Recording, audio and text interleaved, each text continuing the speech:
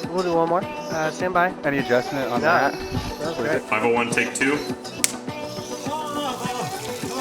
Maybe if we can, let's stick up and then tilt down more. It's about a quarter minus screen. Quiet on the step, please. Oh, we're gonna change the world. We're gonna change the world with the shot.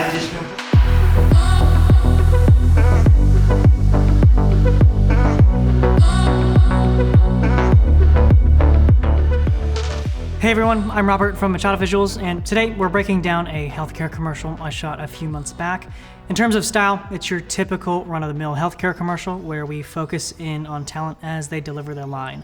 For mood and tone, we wanted to keep everything pretty high-key so that it felt warm and inviting in a way that feels natural and organic.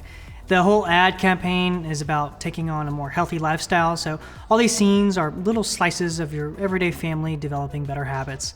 The idea is that each commercial would show 3 to 4 different scenes, and our main challenge was that it was all just one location, so we needed to recycle as many different looks as possible by making each scene look like a different environment. Let's take a look. All right, so we'll try this. What we'll do is we'll start. Maybe we'll have you kind of like tying your boot, right? And then exactly, and then on action, you'll just walk forward. The Steadicam's going to kind of come around you. You'll say a few words to it, and then just pass it. Okay. Yeah. For our first setup, we have this really simple shot of a family as they walk around the neighborhood. This was our original idea during the scout, and it was actually this shot that really made me push for hiring a Steadicam given the blocking and large ground we had to cover. I initially got a little pushback from the producer given the budget, but I really felt it added to the dynamic family lifestyle we were trying to convey, not only here, but across all the scenes, and it felt like the right tool.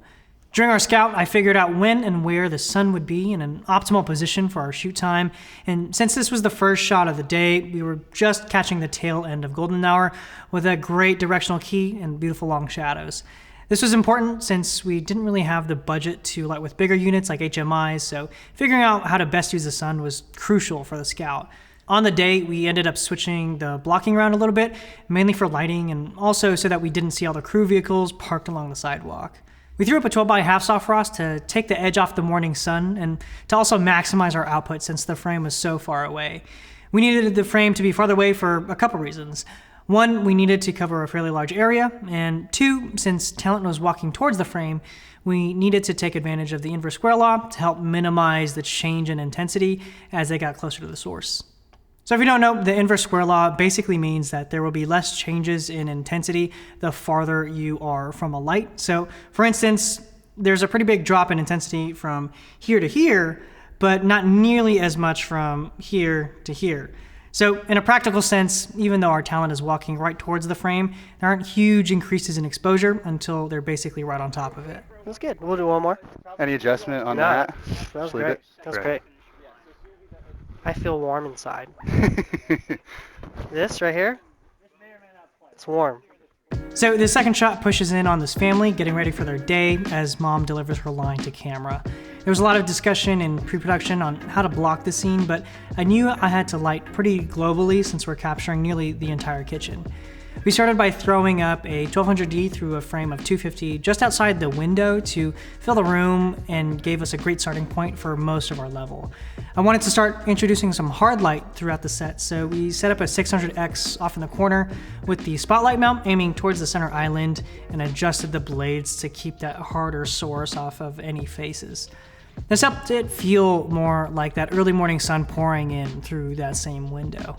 The left side of our frame looked like it needed a little bit of love, so we also used a 60X to skip off the floor and help bring the space to life. I always love seeing the sun bounce off of floors in real life, so this is probably one of my favorite ways to actually use the 60X. Lastly, we snuck in some MCs underneath the cabinets as accent lights to liven up the dark countertops in the back. Really quick, if you're enjoying this video, I have an entire 11-part behind-the-scenes series from this commercial over on my Patreon where you get to see my entire creative process as I work with my crew and even get to watch the camera feed as we're lighting. There's also a bunch of other content from my professional work as a DP, such as lighting breakdowns and a Discord server where you can reach out and ask the community anything. I'm trending. I'm not trending? Am I Am I trending? Why not? What? Dude, I'm not going viral! Our next setup featured a couple right against a huge window, so we had a few options. We could either ND the window itself or bring our indoor levels way up to match the exterior daylight. We opted for matching the outside levels because we were going to use the windows in a few other scenes, and it would have cost way too many resources just for that one shot. We needed a ton of output, so I started with a 1200D and a regular light dome as our key. We were getting a big reflection since we were facing right into the window, so we added the egg crate, and the reflection still was technically visible, but the big tree in the background helped mask the pattern and kind of camouflaged itself. On the camera side, we also threw in some Pola to knock down the sky and help with exposure. If we take a look at the ungraded log image, you can see that everything is perfectly well within the dynamic range of the camera.